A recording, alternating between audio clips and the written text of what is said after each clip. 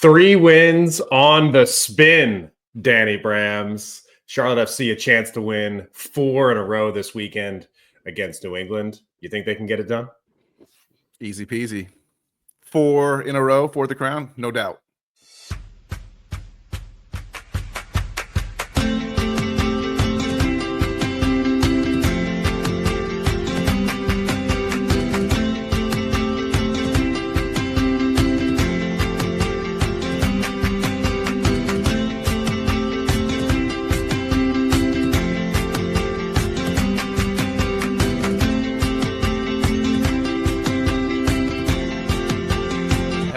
Challenge for a league title.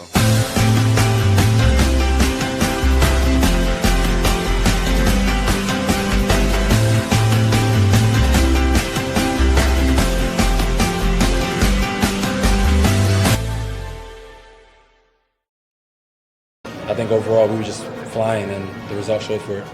We're on the top now, continue going. Top of the table, so we got a foot on the gas and keep going. I'm confident with this group, man. I think anything's possible. I don't think confidence really needs to be talked about. It's within. Togetherness is something that's really big in the team. I felt the trust from everyone. Each of us are just confident in our ability and as a group. But it's just 9 games, so we're well aware of that. It's Charlotte Soccer Show, and we are confident on this Wednesday morning that we're going to do a good show for you, the Tifos. It's great to see everybody. It's great to see you, Danny. And my man of the match on Saturday night is Nick Scardina. A sighting, Danny. He was on the pitch. He started, and it was good to see Nick. He's in that rip of sound there, talking about confidence, Danny. This is a huge week for the Crown. It's a big win over San Diego, another win. I mentioned the winning streak is real now. We talked about getting 12 out of 12. Hearing everyone's reaction after the match, what was your takeaway? What's wrong with being confident, Johnny? You can start to feel it. Every single interview that I watched was just oozing with guys being asked questions about how do you feel? You're on top of the table. You just had a crushing win. Things are looking good. How do you feel? How do you feel? And every single one of them was trying to do the whole, we take it game by game and we're just one win at a time and we got to keep doing it. You heard them saying stuff like that in there, but the body language, the tone, the aura and the confidence oozing off these guys is infectious, even through the screen, Johnny. I'm just watching playbacks of these interviews and I'm just like, wow, these guys are crushing it. And who wouldn't be confident after a crushing win? San Diego was coming in here and the title of our previous episode is San Diego FC Storms the Fortress. Like, this was a hot team.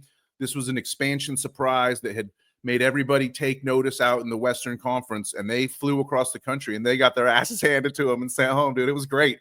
Absolutely loved it. And we got a ton to talk about. Let's just get into it. I mean, it starts with Liel Abada and Pep Biel connecting early and making it beautiful. Right. And I do want to say, since you brought up last week's episode, I did tell you in the first 2 minutes of last week's episode that Charlotte was going to win this match against San Diego. You did. Clear. I'm talking about the outside people. Our friend of the show, Ross Smith, who came in and was talking about how he loved San Diego and always watched them as his second screen. Sorry, Ross. Let's be real. Like, San Diego was never, ever going to win that match on Saturday night. We knew it here in Charlotte, but I guess other people didn't, and they're going to have to find out, and they'll continue to find out as far as how good this Charlotte FC team is. You mentioned Pep Biel.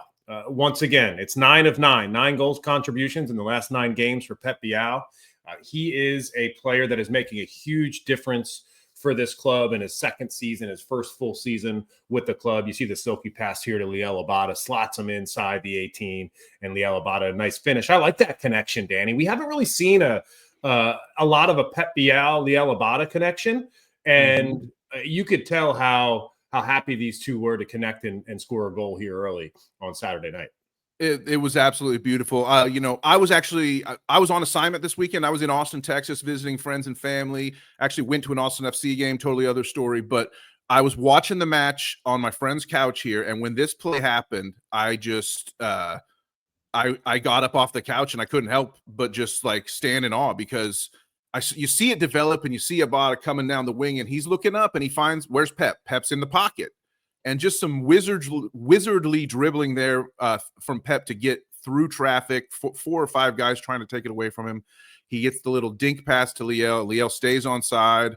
And this was just one of those, like, you're like, okay, we're cooking now. Charlotte FC is cooking. This is what we do. 10 minutes in, we're pressuring you and we're making you get on your back heels and stopgap defending. And we just absolutely cooked them, dude. It was a beautiful thing to see. And you love to see Leo celebrate. And it's Pep, man. It's Pep is the magician. What can we say?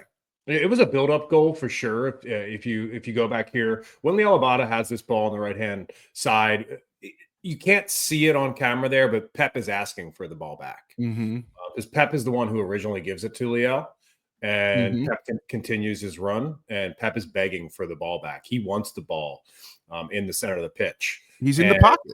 And he got it for sure. So Pep Biel is somebody that I think is going to start to get a lot of hype.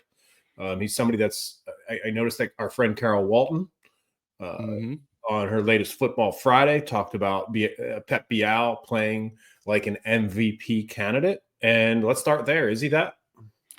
I mean, at this point, 9 goal contributions in 9 games, leading the league in assists, best player on the best team in the East. Like all the check boxes are there to be ticked off for an MVP candidate.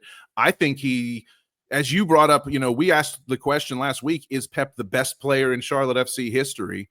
And maybe he is at this point. Contribution wise, you can't deny it. I think he's an MVP. We never talked about that on the show for what it was worth. We never talked about whether he's the best player. We talked about that before the show, and actually after the show weekend, I thought to myself, man, we never really got into that conversation about what Biel is the best player in Charlotte FC history. And right now, it's prisoner of the moment. Yes. Yeah. Right. Not prisoner of the moment. Christian Kalina. Yeah, exactly. You always have to give it up to Kalina. The goalkeeper's got to get their due for sure. Let's hear some quick comments of what Dino has to say about Pep and everything he's doing this year. He was asked, someone asked Dean, have you started to talk about the contract extension, with Pep's, loan coming up in August is everything that's been reported. We don't know the true details. Summer is coming. But Dean said, no, I haven't even thought about that. I think that was probably deflection. I think they have definitely all thought about it. But here is what he said about Pep's game. He's just a good footballer. So, good footballers see good runs, and, that's what he did today. And I keep talking about his technical and tactical ability. Physically, he's so much better now as well. He wasn't happy with me bringing him off, but, he's had a couple of knee issues. He's had a toe issue before the game as well today, but he was okay after the game. You love a player that gets pissed off when they get taken off the pitch when the game's basically over. Yeah, well, hey, I mean, as they said, he's just a good footballer. That's like he's just a good footballer, and good footballers make good plays. That's basically the way Dino put it. So whether or not he's the MVP, time will tell. I think it is an ongoing discussion that we'll keep having as the season goes on, and we'll keep having that discussion of whether or not he is the best player in Charlotte FC history. Now it's time to shout out the guy that you shouted out earlier in the show, Nick Scardina, the rookie making his full MLS debut, came on and made one of the sweetest passes. Real true ball knowers will call this the Quinn McNeil pass. This is the long distance pass over the right side that leads to greatness. But Scardina made a great pass from right wing. We'll see it again in a second here. I've called up Patrick drawing the penalty here, and pretty clearly a penalty. I thought it was obviously a foul. I know they were kind of going back and forth at it, but Reyes drags it down. But this pass right here is just so sick, Johnny. Like from the position he's at, way back there, to think that this is going to turn into a goal a few seconds later is absolutely fun and dangerous. If Charlotte FC can be doing stuff like that, and Patrick said, just put the ball in behind me and I'll go get it. And he gets dragged down. He finally gets, his just desserts from the referees this time. And as we now know, Johnny, a foul that starts outside the box and continues into the box can be a penalty. And penalty was ruled on review, and it was pretty obvious to me from the start. What'd you think? I thought about Dean Smith talking about how he prefers strong-footed players at the fullback position. What I mean by that, he wants a right-footed player at the right fullback. He wants a left-footed player at the left fullback. And the reason why is because this ball is only capable from somebody who's really good with their right foot. You hit this ball and it bends into Patrick Agyemang's stride, right? That's the quality of the ball. It's to be able to hit that swinger. It's moving right to left, and it falls right into the stride of Patrick Agyemang. That really is a great ball. And for what it's worth, even though a foul outside the box that starts outside the box and carries into the box can be a penalty, I think it's a horrible rule. I think it's a very, very right. It shouldn't be. Right. Exactly. I agree. Horrible. Yeah. Right. We'll take advantage this time. Yes, it's even Steven now all square in this category so far this season. Although you could take a look back and see maybe some other penalties that Patrick should have gotten. But this is a professional play, is what it is. It's Patrick Agyemang continues to show he knows how to receive contact, go down in the box, and for what it's worth, I think the reason why Pat is starting to get these fouls is because MLS referees are starting to realize that Pat doesn't dive.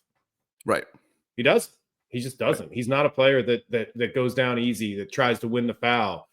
When Pat goes down, it's because he's received real contact and he can't finish. Because Pat's the type of player, Agyemang is, that can use his physicality, that can use his body to not go down and finish a goal. So when he does go down, I think MLS referees are realizing now that it's very likely that a foul occurred. I think that's great insight, and I think that that's a respect that Patrick has earned by going out there every game and taking that contact, taking those fouls, showing referees, putting it on tape that he is not a player that dives and goes down, like you said. And you can only do that by doing it. You know, the only way to get to Chicago is to go to Chicago. You know, like you can only there's only one way to earn things, and it's by actions. Now again, I'm in Austin. I'm watching this match on TV, and the call goes. The referee comes out and he does this, but it's still a penalty. That was a pretty funny moment on the VAR review. And then I think, okay, Wilf's going to get his goal. It's time for Wilf to get his goal. But instead, Patrick's the one who steps up to the spot. I thought, Wilf was the penalty taker, and I wasn't super shocked to see Patrick take it because he won it. Here's some thoughts from both Patrick and Dean on the PK choice, just so that fans can sort of have some clarification going forward. And it's nothing shocking, but I do think it's kind of interesting to listen to. I mean, yeah, I stepped up for it because it's like, obviously I wanted to play. Nick played a great ball, held my man off, he followed me, and I was like, all right, I mean, this is my goal, so let me take it. So, yeah, I just want to step up. I think little things like that is going to help me and benefit me in the long run of my career. I think the fact that he won the penalty there, him and Wilf, would be our penalty takers. But if one of them wins it, I think the other one takes it. Nice. Oh, sorry, that one takes it. Yeah, man. I mean, we have a good relationship. So, obviously, if he gets a penalty, he's the first one that can say that is his ball. If I get a penalty, I'm the first one I can say, and that's how it should be. So, yeah, it's fun. Do you think after Patrick scored that goal, he had a chance to tell the keeper that, sorry, I never meant to cause you any sorrow. Sorry, I meant to cause you any pain. He's really a nice guy. I just had to slot that one home. Only wanna score this goal in the purple rain. Yeah, dude, beautiful. But if you're watching, you saw that glorious Prince Purple Rain T-shirt that Patrick was wearing post game. If you're just listening on your podcast platforms, you got to hear us talk about it anyway, and sing a little bit of lyrical reference. So yeah, Patrick looking good, sounding good, feeling good, and he stepped up and made it happen, and he buried the PK, Johnny.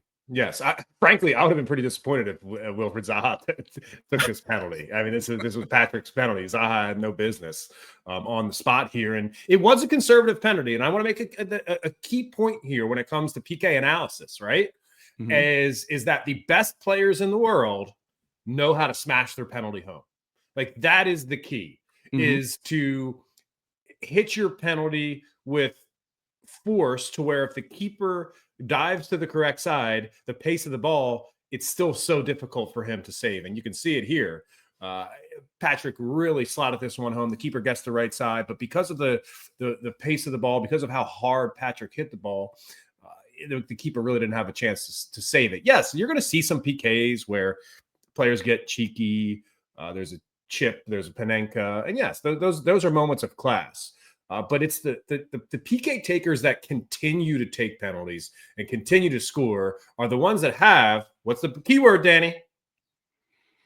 Power? Confidence. Yeah, sorry. I forgot the secret word of the day. My fault. Yeah, confidence. You have to have confidence to be able to smash a PK home, and Patrick Agyemang is playing with that right now.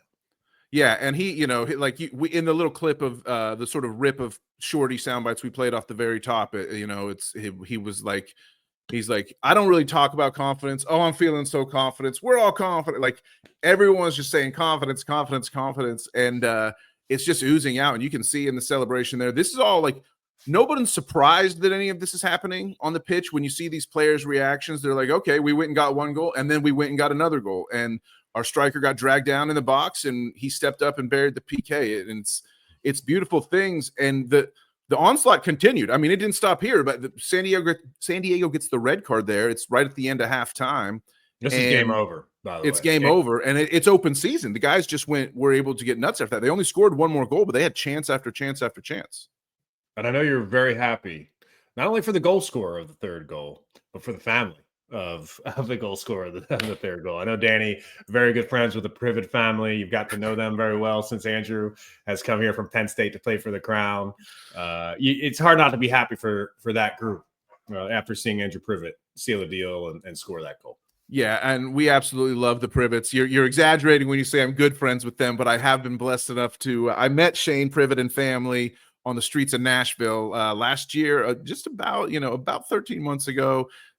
Started a little correspondence. They really appreciated the article that I'd written about Andrew last year, and then we did hang out. Shane bought me a beer at Hopfly, so I guess we're good enough friends that he would have bought me a beer at Hopfly. Sounds like good friends to me.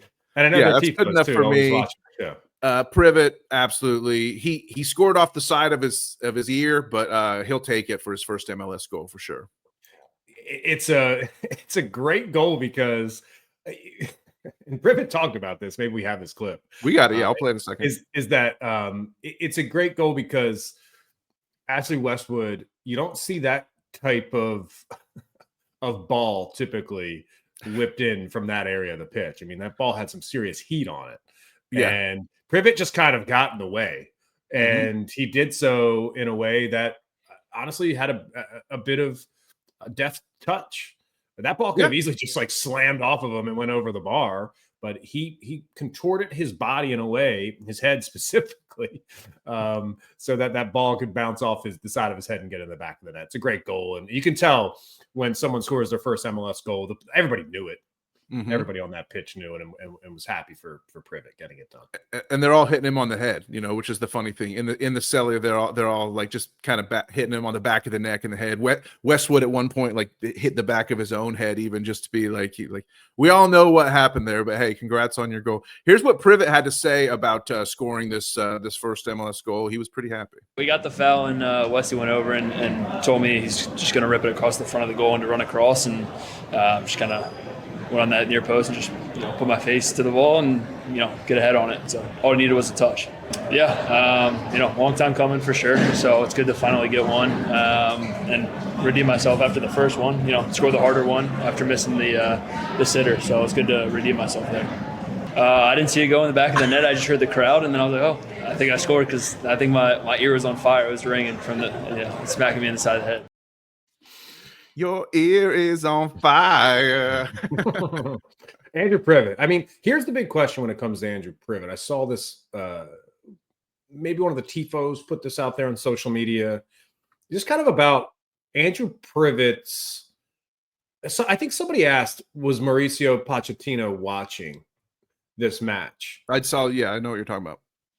And I think that's a good question because I'm not saying Andrew Privet should be a starter for the United States men's national team or should even be on the squad. He's never had a call-up before. But Tim Ream's on the team, and Andrew Privet looks better than Tim Ream.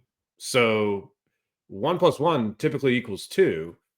I wouldn't be surprised if Mauricio Pochettino has Andrew Privet on a list somewhere, maybe to get a call-up at some point in the next couple of years.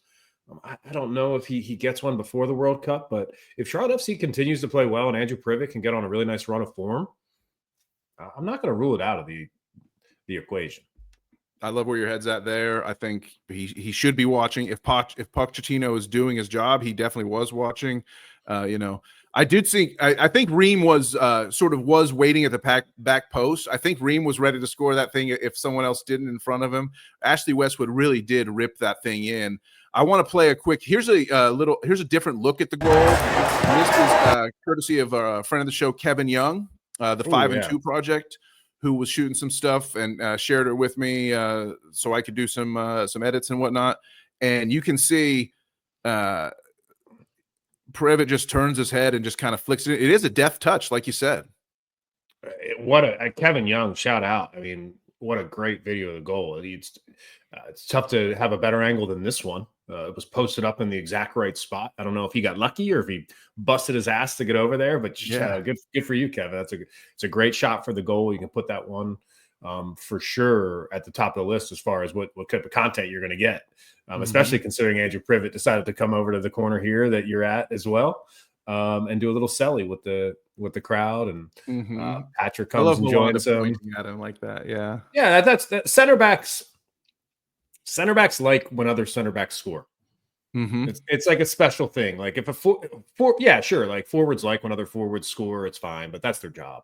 I mean, when your center back partner scores a goal, it's almost like you scored a goal. And that's the Malanda Privet relationship for sure.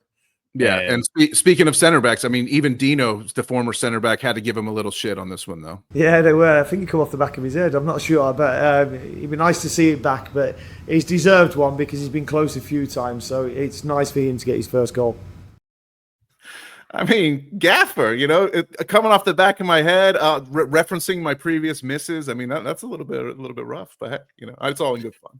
The nice thing is like we have been at open training, we have been at practice, and we have seen Dean working with the center backs, working on headed balls in the defensive box and the offensive box. Dean has put a lot of time and energy. And I think that's why he feels like he can give Andrew a little banter there, and is because that relationship is real. Like Dean, we always talk about Dean being a former center back, but he's also a center back coach.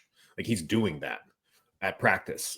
That's where he's hands-on the most, in my opinion, is making sure that the center back pairing does the job. Because if the center back pairing does the job, then everything just can flow from there. Yeah, agree with that. I mean, that we built from the spine. This is a team that is finally scoring some goals and looking exciting on offense, but its foundation is always going to be defense and going for those Kalina sheets. Christian Kalina played a good game. We'll look at match ratings in a few minutes. Another clean sheet. Kalina sheet, baby. Him, but yeah, he got the Kalina sheet and he looked really good. We got the goals, Johnny. Yep. And now we got the smash win. We've got New England coming to town, back-to-back home matches. It's going to be fun on Saturday. Can't wait for all that. But there's some lingering questions, and I want to sort of do the final phase of this episode in let's take stock, because yes, we're on top of the Eastern Conference table, but you never want to get too ahead of yourself. You never want your confidence to drift into overconfidence, to keep with the theme of the episode. So let's call that arrogance. Yes. In lieu of avoiding arrogance, let's talk about some lingering questions, because there are some issues. The first one I want to ask you is, do people realize, and maybe this is not exactly the humblest of self-reflective questions here, but do people realize how well Wilfried Zaha is playing? I'm starting to already see some chatter of like, oh, is this another Capetti? Oh, this guy's flopping around and he's not really doing it. And I'm not saying everybody's saying that. Most people that know the game are not the ones saying that, but just the casual fan who comes around, and even people I know who are not Charlotte FC fans, but who are like MLS fans of other clubs, and they'll be like, Zaha's not doing anything for you guys. And I have one example of a video that I want to show of Pep and Wilf when they combined this was right at the start of the second half, and it showed how Charlotte was really just pouring it on. And this was one of the sickest plays of the day, Johnny. This deserved a goal so badly. Oh, that was sick for sure. And Zaha's there, and it's a good question that you ask. Do people realize how good Wilf is? Because if you are a newbie and you hear the buzz about the signing, I think what we're seeing from Pep Biel is what I think people expected to see from Wilfried Zaha. Like, I think that's truly the issue, is that Zaha doesn't have the numbers that Pep does, and because of that, people are like, wait, I thought Zaha was the superstar. But it's hard to see the little things that Wilfried Zaha does. Like, I mean, on Saturday night at the stadium, Zaha was on an island on the left wing. What he was doing there was taking up a lot of defensive pressure away from the rest of the pitch. You know, people have to continually, the opposition, that is, know where Wilf is on the pitch, and that opens things up. So even if he's not showing up on the stat sheet, Wilf is making an impact for sure. Do people realize how good he is? Since you posed the question, I feel like I have to have an answer. And I think the answer is no. People don't realize how good he is. I agree with you, because if there's any question, it's too much of a question. That's the thing. I don't think it's a majority of people questioning, but I just think no one should be questioning. This play is just so sick. I'm just watching this and just like my jaw's on the floor, watching like all of our forwards are up in the area in spaces to receive a pass. Liel finds Wilf at the top of the key. Wilf backheels it to himself, fights through his man, gets the pass into Pep in the pocket, and then continues the run and makes eye contact with Pep, so that Pep does this sick backheel and Wilf's in space with the shot. It's just a great save that stops this from being MLS goal of the week in my mind. This is insane.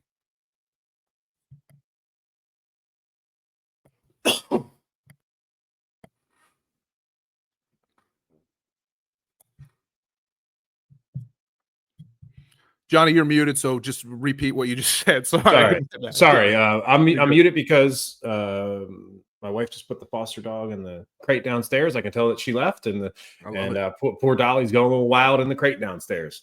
But what I was saying was, and maybe I was muted for a reason, I was saying, well, could have been a better finish, 1-on-1 with the keeper. This is just one highlight. Wilf was doing stuff all over the pitch last night, and Dino, for his part, is not concerned about Wilfried Zaha's relatively low stats at all. Yeah, I mean, he's only trained a couple of days, so he needed the minutes, but he deserved a goal tonight. I thought his all-round play deserved a goal, but he was just as pleased as everybody else in the dressing room after. Team, a superstar that loves his teammates, man. Can't be mad about that. Yeah, absolutely. And I think on Saturday night, I want people to watch who are at the match, specifically what happens with Wilf and Dino when Charlotte FC is attacking away from the supporter section, when Wilf is on Dino's side of the pitch. Those two are in constant communication. There's a bunch of one-on-one chats that happen throughout the half that Wilf is on Dino's side. It's a real relationship between those two, and Wilf really likes to talk to the gaffer during the match, which I think is a good thing. I think some players, what they like to do is just kind of go out on the pitch and be in their bubble and not look over to the sideline and speak to the manager. Mm-hmm.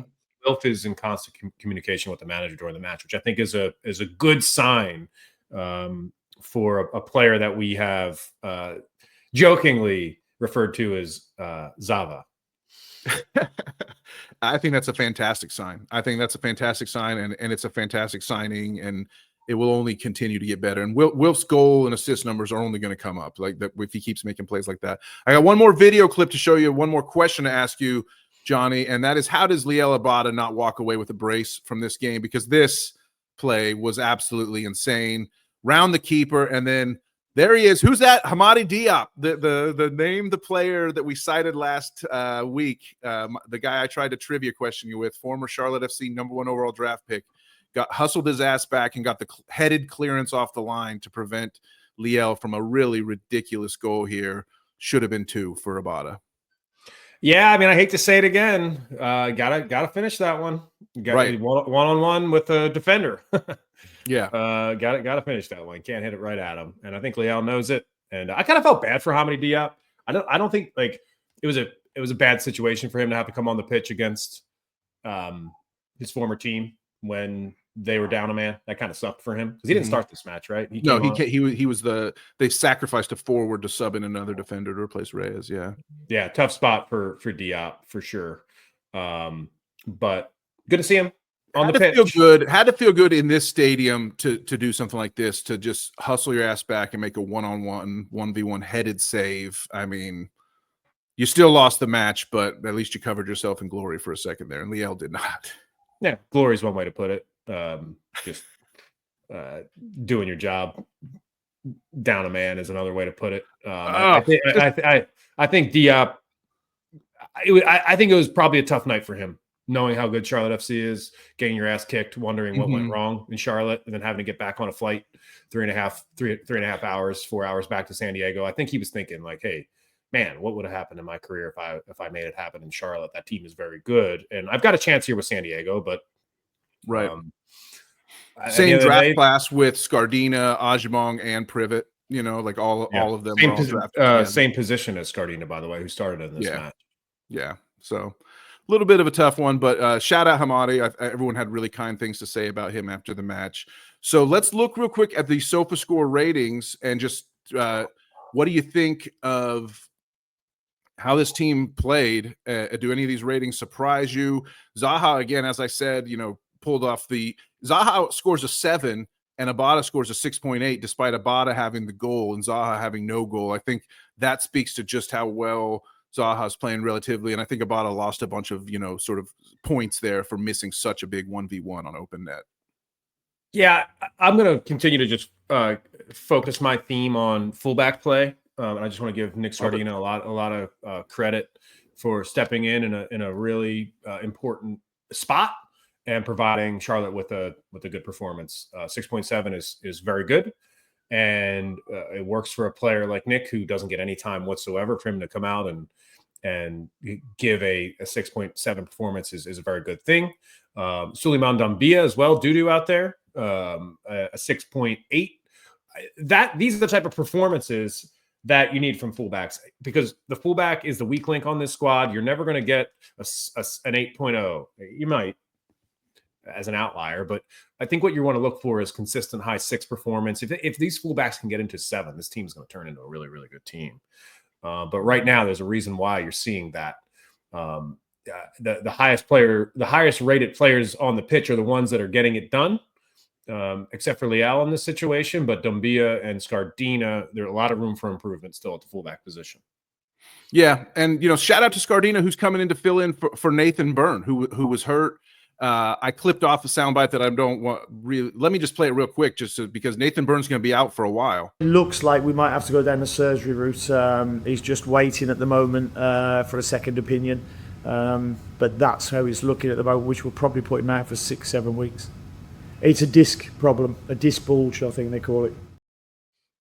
Potentially 6-7 weeks, getting a second opinion. Surgery's not confirmed yet, but that tells me, Scardina, your second career match is going to come pretty quickly on the heels of your debut. I think we can expect to see Scardina again. So where does that leave you as someone who called him your man of the match? I'm not sure how tongue-in-cheek that was, but no, being dead serious. Like he really stepped up and filled in admirably and had a beautiful ball into the box for Patrick there, and that pass technically like sealed the deal for the win. Who knows what would have happened if that pass didn't come through? I'm not going to play a doctor on the show, although I've been watching a lot of Grey's Anatomy lately.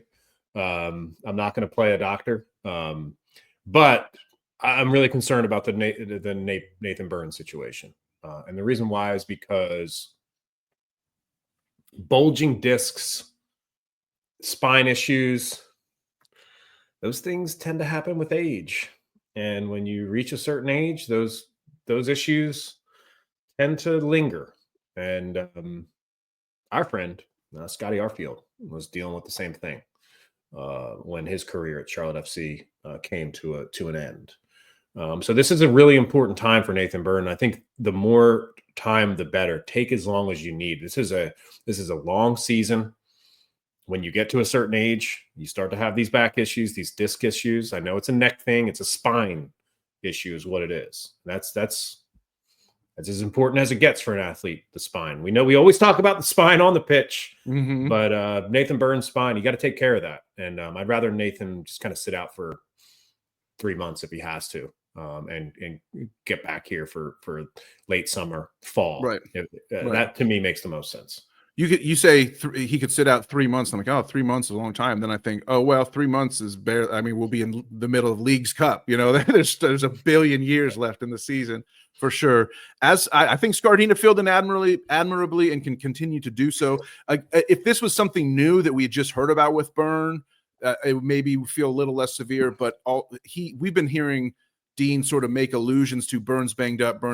Westwood said something about Burns banged up. That's been happening all season. So I do think that there's probably some deeper seated issues there.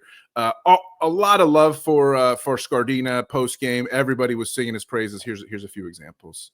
I was never not going to play Nick. If Nathan got injured, as he did, I just think sometimes, they can sink or swim, and he certainly swam today. And, I think the help and support from the others helped him as well.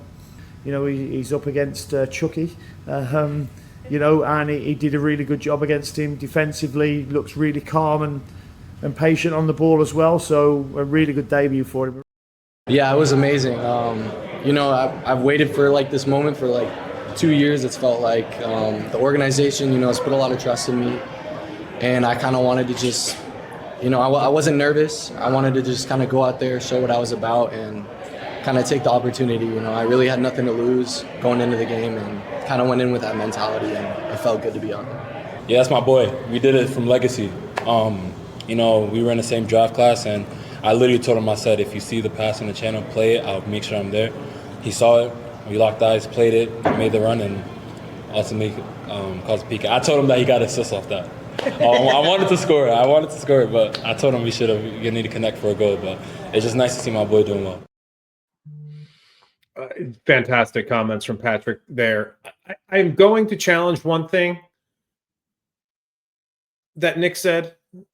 I appreciate that he went into this match, Danny, saying that he had nothing to lose.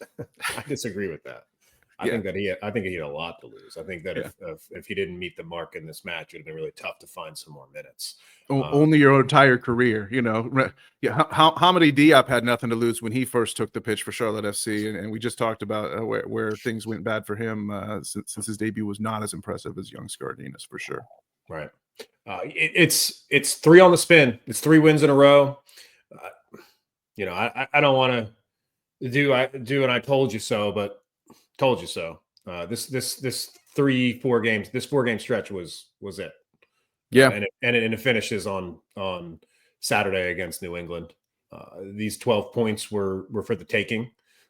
The expectation was to take 12 points from these 4 matches, and right now Charlotte FC is 9, and because of those 9 points, they're top of the table, Eastern Conference table. Anyway, pretty cool to see, isn't it? Yeah, we're second in the league, 1 point behind Vancouver if you did the full league table here. But I put up the East this week because the East, most of our next few matches are against the East. We got New England, Columbus, Nashville, Orlando, all on the docket here coming up soon. And these are prove-it matches. These are we've built this big stack of points that we now hold thanks to strong home play.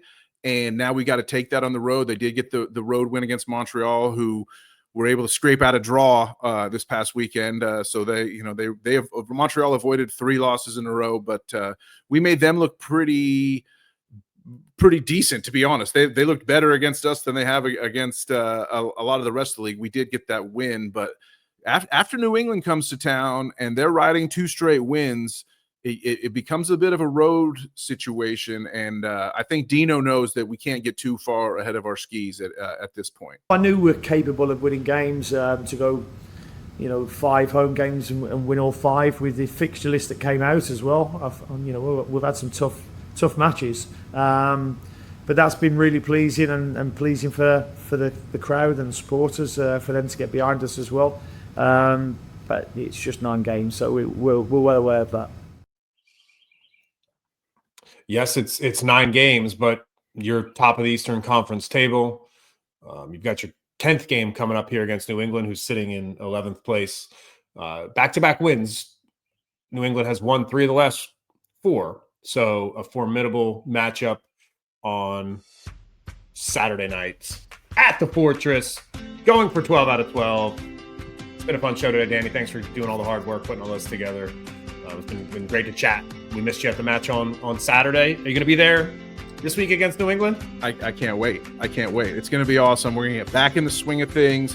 I have all kinds of stories I could tell about going to see Austin FC, but all I will say is very impressed by their supporter section. Their team has an edge that they looked a lot different than any other Austin FC team you've ever seen play before. And I did get within about 50 feet of Matthew McConaughey as he walked out to congratulate some of the players post-game. So I had pretty decent seats. So, all right, baby. We just keep living at the top of the table. It's Charlotte Soccer Show. He's Danny Brams. I'm John Hayes. As always, follow us on social. You can find us on X. You can find us on Blue Sky, Instagram. And, of course, if you're watching on YouTube, make sure you like the video. Make sure you subscribe. Share it with a Charlotte FC friend and become a tremendous friend of the show. Until next time, Danny. For the crown, baby.